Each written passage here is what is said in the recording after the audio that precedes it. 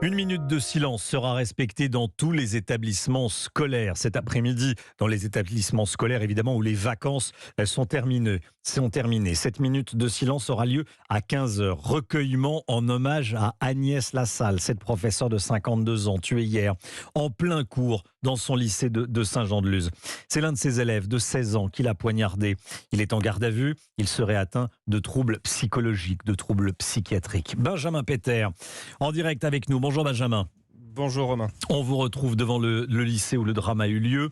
L'établissement a bien rouvert ce matin, hein. Oui, on a vu arriver les uns après les autres, les collégiens, les lycéens, le visage fermé, souvent avec des fleurs à la main pour rendre hommage à Agnès Lassalle, vous le disiez, cette professeure d'espagnol assassinée dans sa classe. Jennifer, qui accompagne sa fille en 6e ici, le reconnaît. La soirée a été très difficile, il a fallu trouver les mots pour en parler en famille. Difficile, c'est pas évident, c'est un choc terrible. Mais bon voilà, après il faut avancer, il faut y aller et il faut continuer à vivre. C'est quand même un choc de savoir qu'un professeur a été tué dramatiquement. On en parle beaucoup pour évacuer, pour un maximum. C'est très très lourd. Voilà, alors devant les grilles aux abords du lycée Saint-Thomas d'Aquin, des surveillants guident les élèves vers le gymnase où un rassemblement était prévu. La fille de François est en seconde. Il est venu l'accompagner. Pour lui, il était essentiel qu'ils puissent se retrouver tous. Elle n'avait pas du tout envie de rester à la maison, ce que je comprends. Donc ils ont plutôt envie d'être là et de se recueillir. Et je pense qu'ils ont tous besoin, elle comme les autres, de se retrouver tous ensemble, d'essayer d'être... Voilà. Il n'y a pas cours, mais ils sont tous ensemble. Il y a un encadrement psychologique, il y a un recueillement pour ceux qui le veulent, il y a des messes pour ceux qui le veulent aussi. Enfin, chacun fait comme il le souhaite, quoi.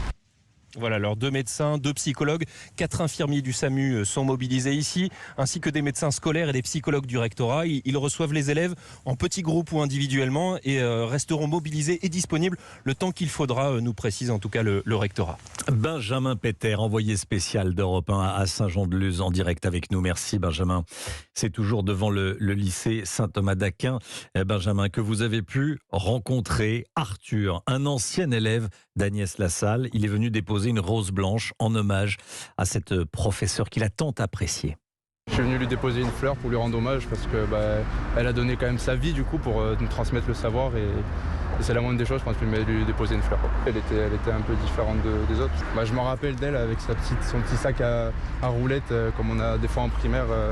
Elle venait en cours avec son petit sac, elle était très, très souriante, très rayonnante, c'est le bon terme. C'était une très bonne prof que j'ai eu la chance d'avoir deux fois dans ma scolarité, enfin 2 ans, en 4e et en seconde. Elle était très proche de ses élèves, elle faisait tout pour nous pousser vers le haut. J'étais assez troublé d'entendre ça dans cette région qui est quand même protégée de tous ces problèmes en temps normal. J'étais 7 ans au lycée, jamais entendu, enfin collège-lycée, j'étais 7 ans et j'ai jamais entendu de problème de violence ni quoi que ce soit.